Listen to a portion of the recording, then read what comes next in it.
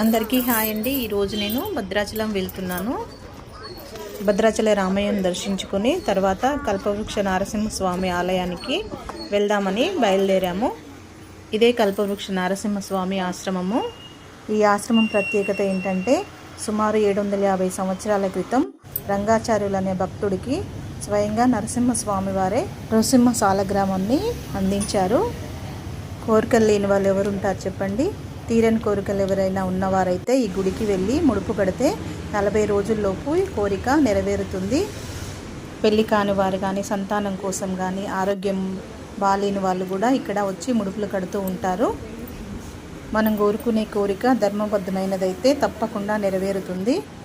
ప్రతి అమావాస్య పర్వదిన సందర్భంగా స్వామివారికి 8 గంటల నుంచే నవగ్రహ కలశ అభిషేకం జరుగుతుంది. అంతేకాకుండా సుదర్శన హోమం, మహాలక్ష్మి హోమం, ఆయుష్ హోమం కూడా నిర్వహిస్తూ ఉంటారు. ఇక్కడ పూజారి గారు చెప్పారు మాకు.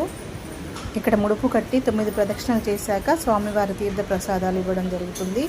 గోవిందుడు, గోవులు, నరసింహస్వామి, ఆంజనేయ స్వామికి కలిసి ప్రదక్షిణ చేయడం వల్ల అద్భుతమైన ఫలితం ఉంటుంది. ఆలయం మాత్రం చాలా అద్భుతంగా ఉంది. స్వామివారి దర్శనం అద్భుతంగా జరిగింది. ఎప్పటి నుంచో వెళ్దామని ఇన్ని రోజులకు కుదిరింది. స్వామివారిని కరుణించారా అనిపించింది. ఆలయం మాత్రం అద్భుతంగా ఉందండి. అందరూ వెళ్ళి దర్శించుకోండి. నాకైతే చాలా సంతోషంగా అనిపించింది గుడికి వెళ్ళొచ్చాక.